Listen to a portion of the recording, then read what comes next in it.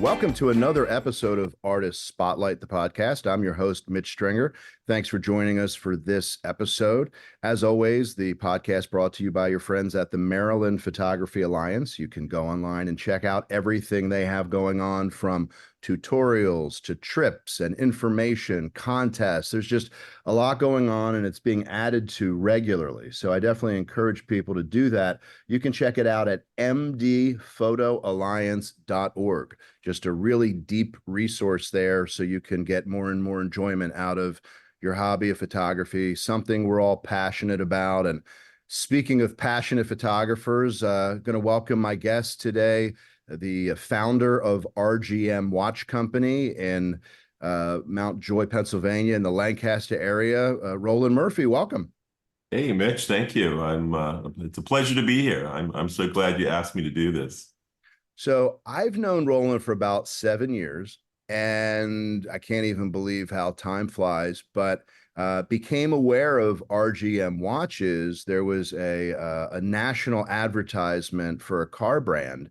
And I thought, the car's okay, but that's about the coolest watch I've ever seen. And so followed that upstream, so to speak, with a friend of mine. And we came to find out that RGM was located only about an hour or so from where I live.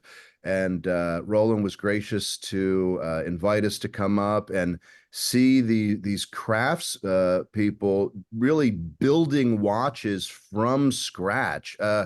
That's to the average person, that's kind of a daunting thing to even consider. What made you think you could make a watch, Roland? When did it start for you?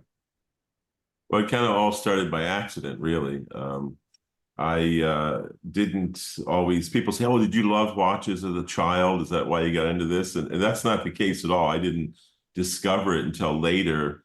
The short story is I took carpentry and cabinet making in high school, in the vocational school. And then a half a day in my senior year, I went to work for a small company in Fallston, Maryland, Danaker Clock Company. And I worked in the wood shop, but this is back like 1979, 80, and they went out of business, went into bankruptcy. So my father and I bought a bunch of stuff, and I was putting them together, and I had an interest in this, and I used to tinker with the movements, and I could kind of figure out how these things worked. So a friend of ours said, hey, you should check out Bowman Technical School up in Lancaster, Pennsylvania. So I wound up going to Bowman's for the clock course, but in the clock course, they taught us how to repair antique pocket watches, because the escapements in some small carriage clocks are the same as they are in watches. So carriage clocks like that aren't very common. So watches were a lot more common. So that's when I discovered I preferred watches. And then it just kind of went on from there. I wound up going to school in Switzerland for watches. I wound up working for a big Swiss group, working in the Hamilton brand here in product development. And then for about 5 years. And in 1992 is when I decided I wanted to do my own thing. And I founded RGM Watch Company. Well, seeing where you're located, it's this really idyllic looking little town, and the building that RGM is located in is a former bank building, and it's just a really nice town. It's one of those towns they say if you blink, you might miss it, because it's not a huge, expansive town, the main street where you are. But I remember going up to your office, and you had a fairly extensive camera collection. Mm-hmm. Of vintage cameras and older cameras. So, when and in what way did your appreciation for cameras and or photography come along as compared to your interest in watchmaking? Well, actually, the interest in photography started before watches. I mean, I've always, since I can remember, I've been fascinated with cameras. And my dad had a few cameras, and I have one of his on the wall, actually, from when he was a kid. And so I've always liked cameras. I always had an interest in different kinds of photography when I was younger. I would say probably landscape was probably, where I kind of started with my first interest. And so I've always had cameras. I got my first good camera but I considered good. In the 1980s, I got a Canon AE1 program, and I'm sorry I got rid of that. I actually gave it to a friend back in the 90s, and then I tried to get it back at some point, but he'd given it to somebody else. So I actually have one on the wall. I went and bought another one just like my first one. That was my first good camera, and then it just kind of went from there. And I've had, I couldn't tell you how many cameras I've had since then. Yeah, I think that, photographers, a lot of us, we not only collect cameras, but we also collect camera bags. It seems that you can never have enough of either one. So, now that, in 2024, you've gone from, the AE1, which was so popularized back in the day when that first came out, Mhm. and now you're shooting digital, and I know you recently purchased a new camera body and a new lens. And so when you've got a day where you can shoot what you'd like to in your area, what are you out there shooting? I know you have a lot of great bird photography uh, Mhm. that I've seen. What do you like to shoot? Where do you like to get out to? Locally, I think I go to Middle Creek Wildlife Management Area. There's a lot of opportunity to shoot different kinds of birds and other animals occasionally there. I love wildlife for photography. It's not always um, obtainable to get, a bison or a wolf or in the wild. So around here, though, it's a lot of birds, and I love photographing birds. And then we'll go on some short trips. My wife and I, we have a little simple camper van that we use to go and find other things. So bird photography. Last week, I had a really awesome day. Um, and I've been to Middle Creek Wildlife Area in the last 10 years. I can't tell you how many times, and I've never seen the short-eared owls there hunting. Other people have, but a week ago from Sunday, it's right in the last hour and a half of light. Two of these owls were just all over the field hunting, and it was just a magical moment, and got a lot of nice shots of these owls in flight. So finally I found them there. So It's funny. A lot of people they enjoy wildlife photography, but I don't know that everybody appreciates the amount of patience it takes mhm. to have the combination of decent lighting, the bird or other animal that you're looking to photograph, and then something kind of worthwhile to be happening. All those things to be Yeah. coming together. So maybe talk a little bit about the patience that's required as a wildlife photographer. Well, it's a lot different than, say you shoot portraits or do other, I mean, you kind of set that up and that's what you're going to do. You know what I mean? And you have a cooperative subject normally. So in wildlife, you don't know what you're going to find. You don't know, if you're going to have any opportunities, but you may have awesome opportunities. So you have to be patient. You have to learn a little bit about your subjects and a little bit about where they go and what they like to do. But I mean, I think part of the thrill for me is when I go out to do that. I don't know what I'm going to find. I don't know what it's going to bring. I usually find something, but some days are just magical and amazing, and even days where you don't find much, you might find still that one beautiful little shot of a fairly common bird, but everything's just right. The background, the setting, and the pose, and it's really the hunt. I think is part of the appeal of it. Another thing I like about it too is that when I'm doing that, I'm not thinking about anything else. I mean, nothing else. So it's an escape from everything else that you have to, do or deal with in life, and to go out there and find a spot, cruise around, walk through the woods, sit by the bank of the water and just wait. I'm focused on that. And that's, I think that really helps me to not be thinking about anything else.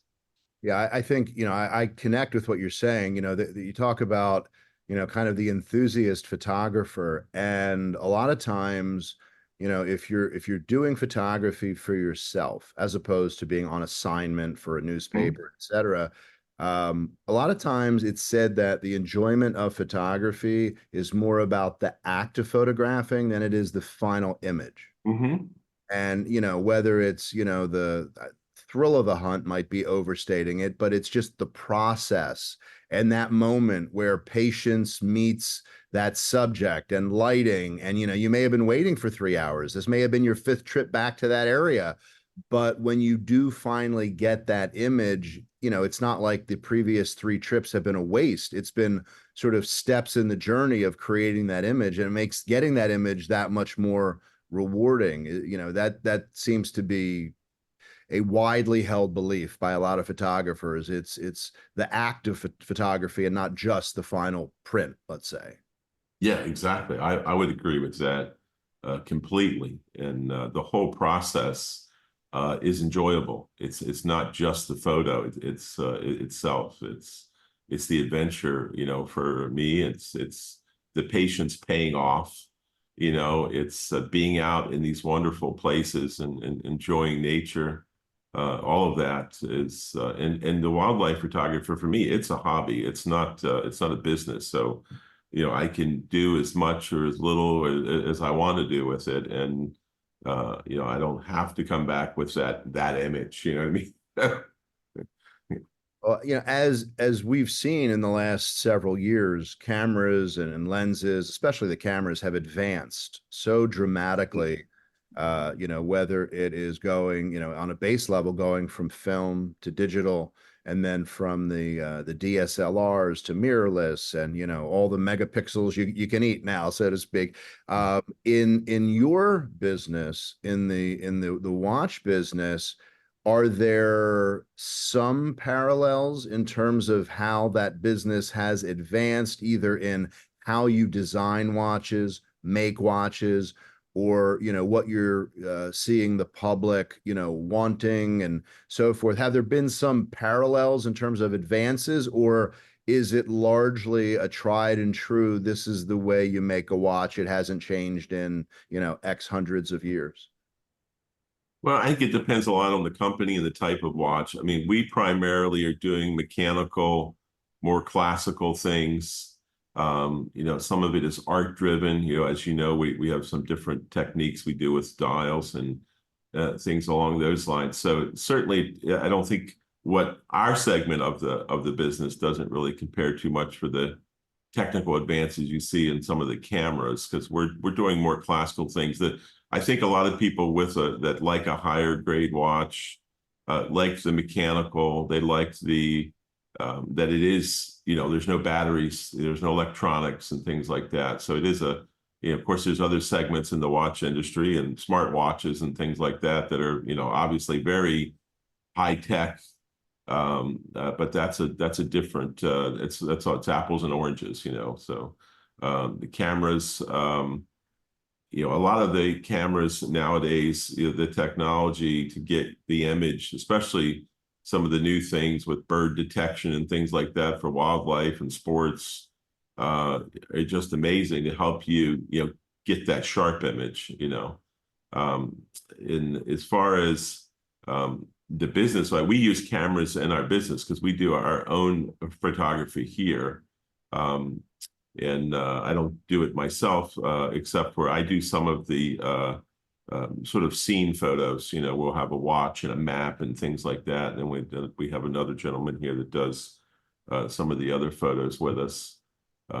So we wear many, many hats, but I think the world that I'm in is a little bit of a throwback with the mechanical watches, and I think that's what appeals to most people. The way I liken, what you all do is, people talk about, and there's lots of brands, but, I'll just use Leica as an example, and their M11 and the manual focus, and Mhm. taking time to, thoughtfully create an image, and you're not kind of spraying and praying, as they say, when you can take 60 frames per second. The idea of having an amazing tool like a camera, and I'm using Leica as the example, finely crafted, handmade, not mass produced. But when you get this product, it comes from this lineage that has been really only incrementally changed over time, but not to keep up with the fashion as much as it's been needed. But when you get it, you're getting something that is of such a quality that you're going to have it. You can have it for your lifetime. And having toured your factory, and I say factory, it's a very limited number of craftspeople. Um, it's really impressive. And full disclosure, I own two RGM watches that are really amongst my absolute favorite. And everybody always says, what a beautiful watch. Who makes that? And I say, it's only a trip to Mount Joy away. Then of course they say, where's Mount Joy? And then I explain it. But I think that it's like a slower time. I mean, the RGM watch tells time as well or better than any other watch that's out there, but it's the process and the detail and the craftsmanship that goes into it that I think kind of sets it apart. I know I'm sounding like an advertisement, but it's really, that's what my observation is. Is that kind of consistent with where you see yourself in the watch business? Except for the word factory. I mean, it's more Yeah, it's well, yeah, more workshop because we're like right. literally 12 people, six watchmakers. And yeah, we are, we're much smaller than Leica, you know what I mean? So Sure, we're a sure. very small company, but we're a niche company specializing in making fine timepieces. And we don't want to be bigger, because I'm 62 years old. I've been doing this, more than half of my life. And I enjoy the design. I enjoy working with customers. I enjoy coming up with new ideas. And if you get big, then it becomes just managing a company, which is not my goal. So we want to stay small. So it's really it's about the watches. It's not, I didn't do this to get rich or anything along those lines. I just wanted to make a living doing what I love, and I think you're the same kind of guy. You want to make a living doing what you love, not just punching somewhere and taking the money. So. Yeah, that would get old. That would get old fast. So when you and I were in New York City last fall, you Hmm. you had created a watch that I thought was absolutely phenomenal, and it resonated with me because I've been fortunate to go to India and go to Africa a number of times and photograph wildlife, and you created a watch that I thought was just absolutely incredible, with just amazing. Can you kind of speak to how you married the watch with the band coloration to kind of create this wildlife, not one of a kind, because I think you made a few of them, but they were just amazing at the watch event in New York last fall. Are we talking about the tiger and the Yes, stone? Yeah, yes. that's we'll work with different artists around the world too that have different techniques, and so we take what we do engine turning or guilloche. We build movements, we design watches, but sometimes we need something a little different. So I found an artist that works with stone, and I came up with the art and the idea to have this tiger on the dial in a stone mosaic. So we'll make the dial base, we'll create the art. They cut, basically, it's a tiny little puzzle of different colored pieces of stone to create the image of the tiger in the center of the dial. Then we have a second chapter ring or second dial ring on the outside that we make that has an engine turn line that's engraved around the outside, and when we have the numbers printed, goes under our Model 25 case. Has a beautiful. That particular one has a Swiss movement that we modify. So we modify from the barrel, bridges, and making a solid gold winding rotor. And the end result was just an incredible, unique piece. And every piece is different. So if we make two or three of something like that, every one is still different. Every piece of stone is different. So, so we try to look into different techniques beyond even the ones that we do. So we've done wood marquetry. So I have another gentleman in another part of the world that sets tiny little pieces of different colored wood to create a scene. So we'll hunt out these craft people to mate it with our craft and create something truly unique. And that's part of the hunt and the fun too. So. Yeah, and we'll provide listeners with the website so they can check out that and everything else that you have going on at RGM. It's an incredible watch, and it's just, whether you're kind of a watch person or you're not, it's definitely worth seeing because it's remarkable, and seeing it in person is 50 times more impressive than even seeing it online. You really, as the expression goes, you got to see it to believe it. So, as far as the US goes, where have you been to do your nature photography outside of kind of your territory so far? Within the country, I've been to numerous national parks. From Yosemite to Grand Canyon to Shenandoah National Park to different wildlife refuges around the country. I've been up to also Maine. It's a great place to photograph. And in North America here, also I've been up to Canada to photograph loons. I'm always looking for opportunities that when the time allows. Sometimes the hardest part sometimes finding the time, because there's a lot of demands on my time. So I have to create time and sometimes just say, hey, we're going to do this and we're gonna take off. So last year, unfortunately, I did go to Alaska last year. And enjoyed that. That was more of a trip with my wife and friends, so I didn't have as many wildlife opportunities. And then we had a lot of other things going on. So this year, I've determined to make more time to go out and find some wildlife. I'm sure that a lot of people, want to get out to some of these national parks because they're just beautiful. And certainly during the worst of the pandemic, when you were able to go to parks, you heard about massive crowds because you were outside, theoretically a safer, healthier kind of environment.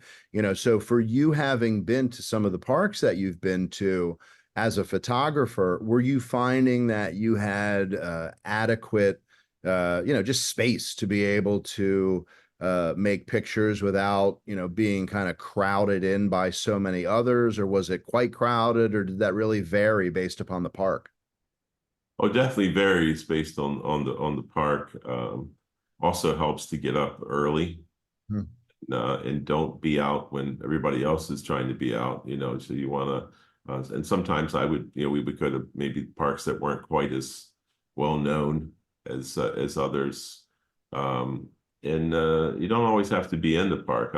Even when I went to Maine, we went to Acadia and got nice pictures and had a great time and rode our bikes. And there's plenty of places to get lost there on those carriage roads, But even outside the park, numerous opportunities to photograph different kinds of birds. And so you can find a way. But yeah, I think out of the parks I've been to so far, I think Acadia is my favorite. I just love those carriage roads. Get internal of that park. There's so many places to go and get lost there, and really have a wonderful time. Of course, I'm sure winter time's a lot different. I was there in the summer. Yeah, definitely. I think layers would be the key. Now, didn't you tell me that you were going to go out to a little island, I want to say, for the puffins. Yes, I did that. It's that's hard to get. That's hard to do because Machias Seal Island um, off of Maine. It's a disputed island, but it's a friendly dispute. You know, Canada thinks they own it. U.S. thinks they own it. Um, one boat from each country can go each day and land if the weather is permitting.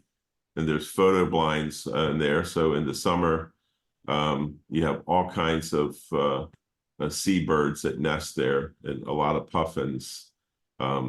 But you know, it's they only take like 15 people on the boat, and it's highly contested. You know, most people. I just got by chance. I had looked back and there was a cancellation, and I was able to get on. But most people get on there when they open up the reservations. You're like the first minute. It's you know before you can check your card out, it's like it's full. You know what I mean? So it's like it's really like winning the lottery to get out there. There are some other companies that will circle the island. They don't land, and you can get opportunities to photograph them in flight from the boat if you have the right equipment. But that's not nearly as nice as also being able to land and get in the blind there. So I was fortunate enough to be able to do that. If you want to really see puffins and you don't want to play the lottery, there are other places up in Canada and obviously Iceland and other places where you know where you're not going to have the same kind of competition. So How far in advance did you need? I know you said you sort of lucked out in a way. There was a cancellation, but generally, how far would you advise people in advance of wanting to go specifically there for the puffins that you would really probably need to make a reservation? Is this months? Is this years in advance, do you think?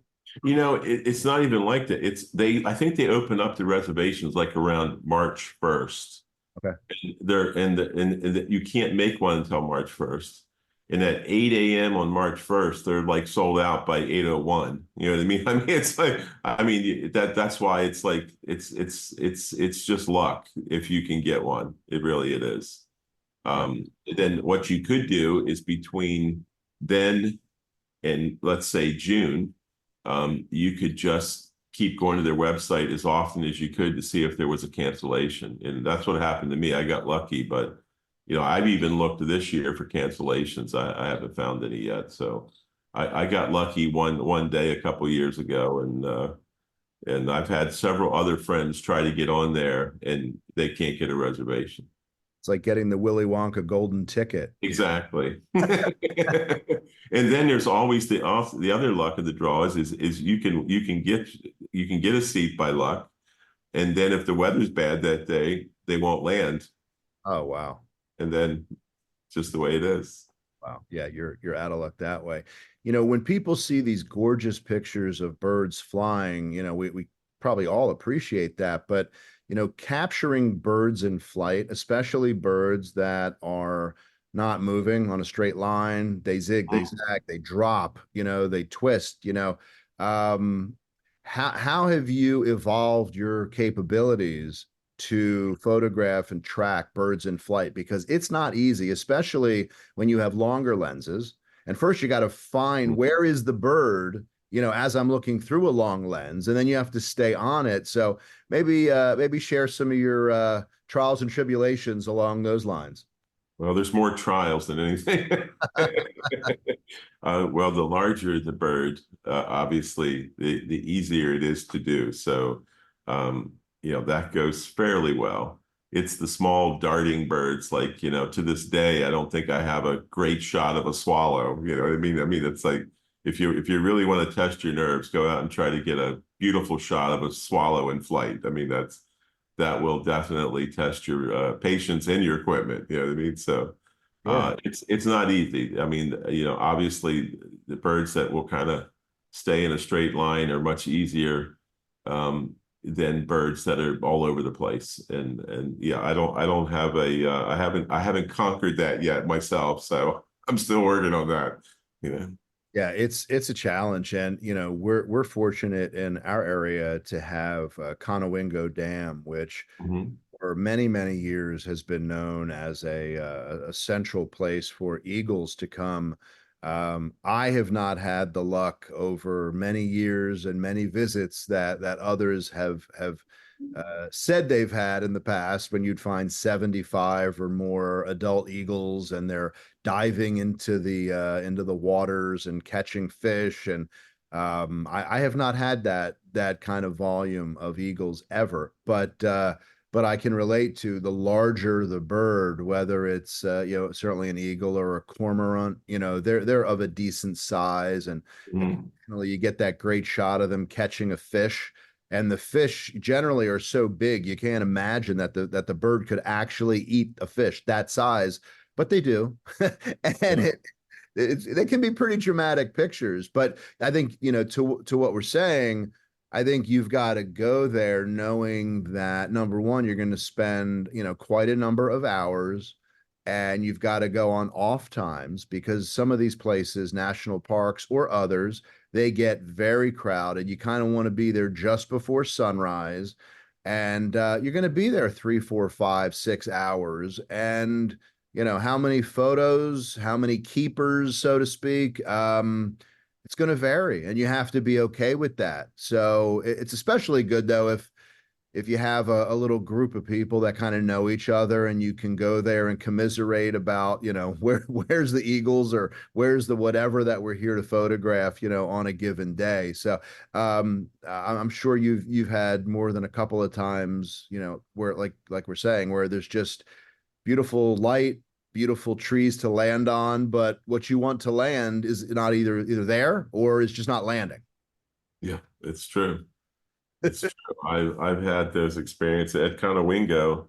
I've had some good experiences there, and then I've had times where you wait for 2 hours and maybe one eagle went in and got a fish in 2 hours.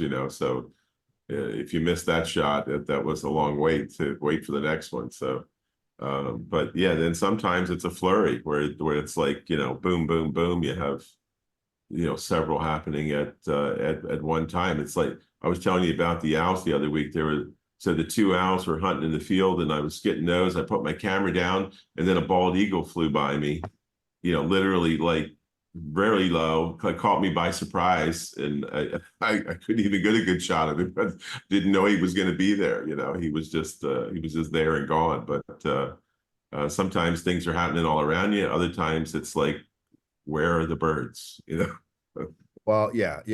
Things can happen so fast, and it's no pun intended, but it's Murphy's law. As far as the minute you put your camera down, that's when something flies by, jumps off of a branch. But that's why you can't ever scratch your nose, you can't ever blink, you can't you can't do any of those things because you might miss it. So I know we're going to get asked this question. I get these questions generally if I don't ask it. So from a gear perspective, when you go to photograph the birds, what are your go-to your focal lengths that you bring? And has that changed over time? It depends on, it has changed over time. It depends on if it's just a quick outing to someplace I go often, or if I'm trucking somewhere where I want to have more options or things. So um, I use a 600 millimeter PF Nikon lens. So because it's light, I can hand hold that lens. At 62 now, I gotta have light. You know what I mean? So I have a 600 f4 lens. I would rarely get out. I take it to kind of win. It's a tripod lens. I can't carry that lens around. So previous to this, I was using the 500 millimeter PF on a DSLR body. Now that I've gone to mirrorless, I have the 600 PF Nikon lens. So typically, a lot of times I just have the 600. I don't have anything else. I do have a 1.4 teleconverter, so I can extend that depending on the situation if I have time to. You know what I mean? I would have liked to put it on the other week when the owls were going around. I just didn't have time. They were. I had to get the shots I could, and I didn't know how long they were going to be there. So I didn't want to take the time to put the teleconverter on and then then they're gone. So if I would have known, I would have had it on there already. But like you say, it's difficult to have too much magnification, because then if there's a lot going on, it's hard to find them in the lens. 600 I think is about the perfect, for me, for most situations. There are times when I definitely wish I had more. Hmm. Yeah, they say rarely does a photographer lament having too long of a lens, especially in wildlife. Even if you're shooting, fairly far away, and then something, comes up a lot closer, and you do have quite a long lens, then you can make a portrait of it, as opposed to a full body shot, if you have quite a long lens. So in your experience, people talk about the image quality of putting a 1.4 or a 2x converter on. Mhm. When I'm traveling, usually in Africa, I'll bring the 1.4 and the 2x. I don't usually use the 2x converter, but I have it because sometimes it's the right tool for the job. The 1.4 I use quite frequently, but have you found much degradation in the image quality using the teleconverter, or does it, look pretty darn close, if not the same as not using it? It depends. I think on my old system, I had on the DSLR Nikon with the F mount 1.4. I did see some degradation of the quality, with the mirrorless system. With the new system, I really don't see anything. It looks the same. So I was pleasantly surprised that I couldn't really tell there was a teleconverter on there. So I would say they've definitely made gains there. Yeah, yeah, and I think that today's cameras, even some of these, really nice telephoto lenses, they have in conjunction with the camera body the ability to use digital zoom, which will typically reduce the file size.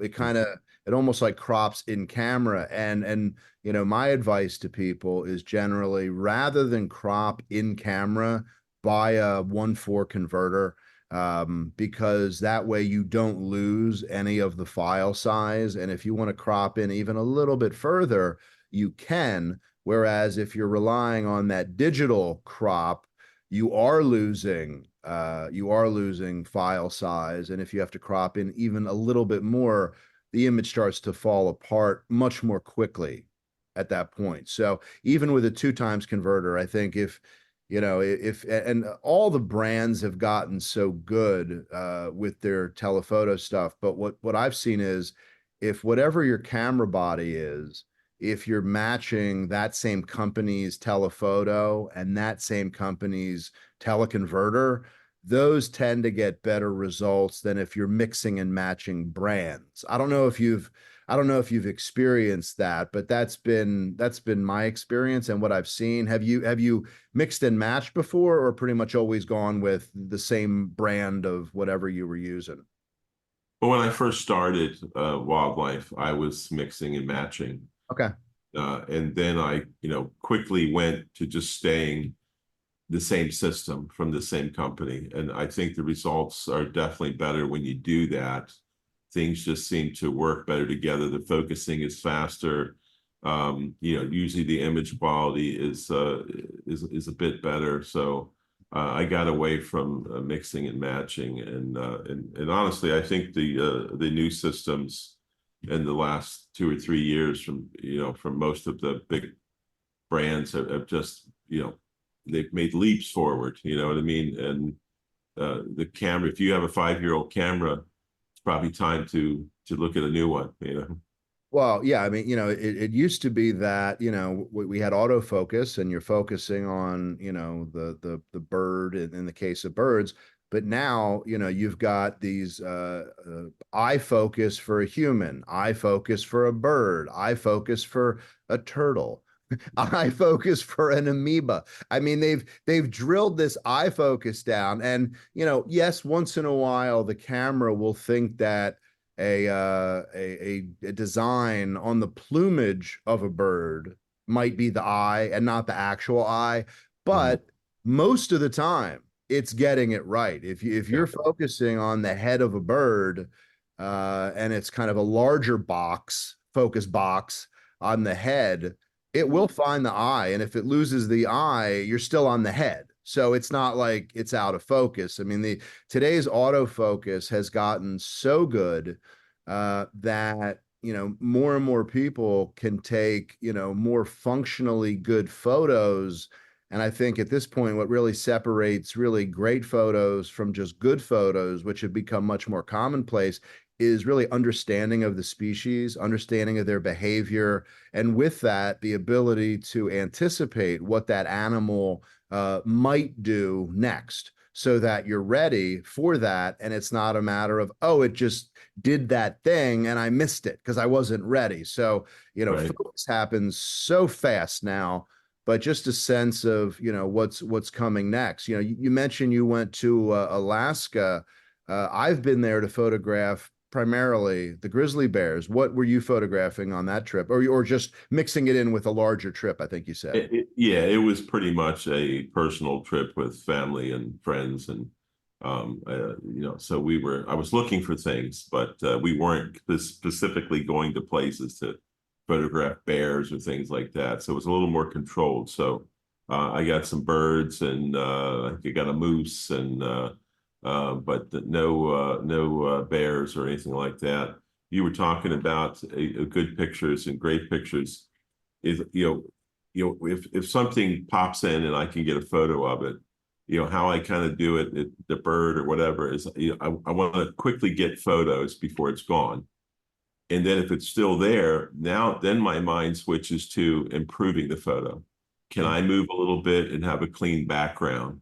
Can I get a better angle where this tree is here and that, then I start composing for as long as it gives me that opportunity.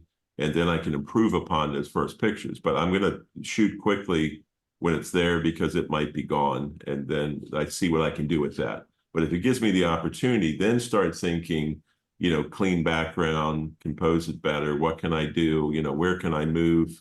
Should I move up or down, left or right? So if you think that way, get a couple shots right away, and then try to get a much better shot. Yeah, yeah. A lot of people refer to that as you sort of bank the proof of life shots. And Hmm. then, once you know that you've got a few of those, in the bank, then you kind of say, okay, well, do I need to get a little lower physically, or do I need to get down lower Hmm. or higher? Because, unless an animal's there and you can kind of set up the background and so forth, wildlife doesn't arrive at an appointed time. They don't make appointments. Yeah. Uh, I remember being in Tanzania, and a woman said to me, she said, "What time do the animals eat?" And and I said, "Whenever they have the chance." And she looked at me, she was like, "Okay, yeah, it's wildlife. So, they don't know that you're there wanting to, make a picture." Exactly. So, for people who have a camera and they take photographs at family events and they bring it on vacation, and they've got interest in nature, but they've really not, you know, sort of said it out loud that they want to go out and be in nature and make pictures, what would be a couple of words of advice that you have for kind of aspiring nature or wildlife photographers? Some nuggets or things to keep in mind as you start that journey. Well, I mean, start learning a little bit about what you want to photograph, so you have at least a little bit of information about that particular species. Maybe some information about the locations that you're going to, so you know where there might be opportunities.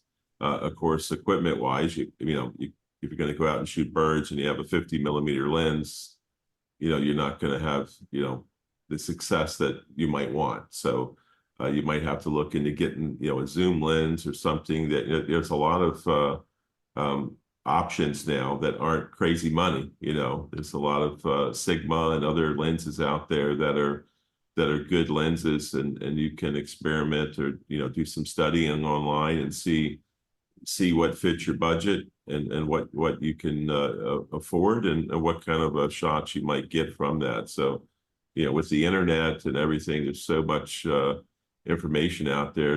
Just do a little bit of study and a little bit of looking around, see what's available, and then study your subject. Yeah.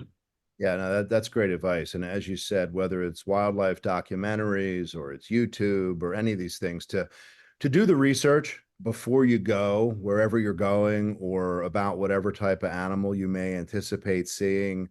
There's nothing better to arm yourself with than that research. And nowadays, as you said, there's so many relatively affordable camera options. And if you are going to want to have a significant expense with a lens after you've tried various ones, you can always rent lenses, and Hmm.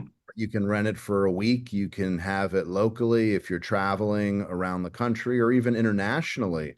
You can bring those with you, and I encourage that before you make a significant investment. Understand how to use the lens, understand how to use the camera.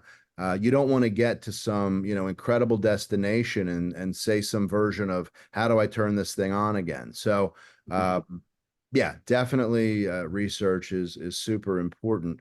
Roland, I know that as a result of this conversation and people listening, they're going to want to check out your photography. They're going to want to check out RGM and what you do from a design of watches perspective and so forth.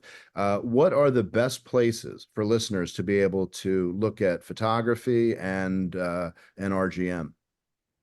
Well, RGM, it's rgmwatches.com. And when you go to rgmwatches.com, there's a splash page that comes up that will scroll through a number of shots that I've taken of sort of scene shots of watches. So you'll see some of my photography there. On Instagram, if you want to see some of my wildlife photos, it's R_Murphy_photography. So you can see some of my shots on Instagram. And like anybody, you never stop learning. And I think at 62, I love to learn new things. And in photography, it's like anything else. You just keep learning. And I watch videos like other people. I want to learn about the new equipment. I want to learn how to, what's the best technique for this or that. And I have other interests besides wildlife. I still like to do some landscape and a little bit of portrait now and then. Yeah, well, it keeps it fresh. And I find that, I shoot so much sports and so much wildlife that when I can be doing street photography or doing portraits or doing something else, it kind of energizes me. And in some ways, one genre can inform the other one, especially from a composition standpoint, understanding of light. So yeah, that's the beautiful thing about photography is there's always something to photograph. Still life is something so we've seen art over the years where people are painting fruit in a bowl, the classic fruit in a bowl. But you can in your own home, if you have certain objects around the house, how they look in your home at 8 a.m. is probably different than they look at noon or 4:30 in the afternoon. And Yep. so it's a rabbit hole you can go down in a good way. And as you said, whatever's going on in your life, good, bad, or indifferent, when you're focused on photography, you're really focused on that. And I think it's similar to people playing musical instruments. You have to put your mind and body into what you're doing in that moment to the exclusion of everything else. So it is a mental break, which the world's crazy enough. It's nice to have a little bit of mental break and a little mental downtime doing something that you enjoy. So, well, Absolutely. Roland, I want to thank you for taking time to talk with me and share your experiences with everybody. I know that they're going to enjoy hearing from you. Well, thank you, Mitch. I appreciate you having me here, and I had a great time. And only the last thing I would say too is I would say that take a workshop, do a photo trip, meet other people, and really just enjoy it. Yeah, and the photography community is a great one. And with the Maryland Photography Alliance, it's made up in Maryland of 27 camera clubs, and a lot of states, a lot of cities have camera clubs. So, Hmm. by all means, locate a group of like-minded people to get out. And you may find friends that you just like to get out and shoot with. You may find friends that that's how it starts, but you find that you have all these other interests. So all sorts of things to do. A lot of communities have car shows, and those are terrific to go out and photograph people who are just there showing their cars, photograph the details of the cars, the tires, the inside, there's the speedometers, you name it. So it's a hobby that you can have with you for your entire life. And that's also nice. You could be 9 years old, you could be 99 years old. It doesn't matter. If anything, your skills get better, your way of seeing improves. So you can have it with you really forever. Well, I want to again thank you, Roland, and I want to remind everybody that they can check out what I have going on. You can go take a look on Instagram where I'm Mitch Stringer Images. You can also go online to the website, mitchstringerimages.com, and see what's happening there. And until then, I wish you great light, great shooting, and we'll see you next time.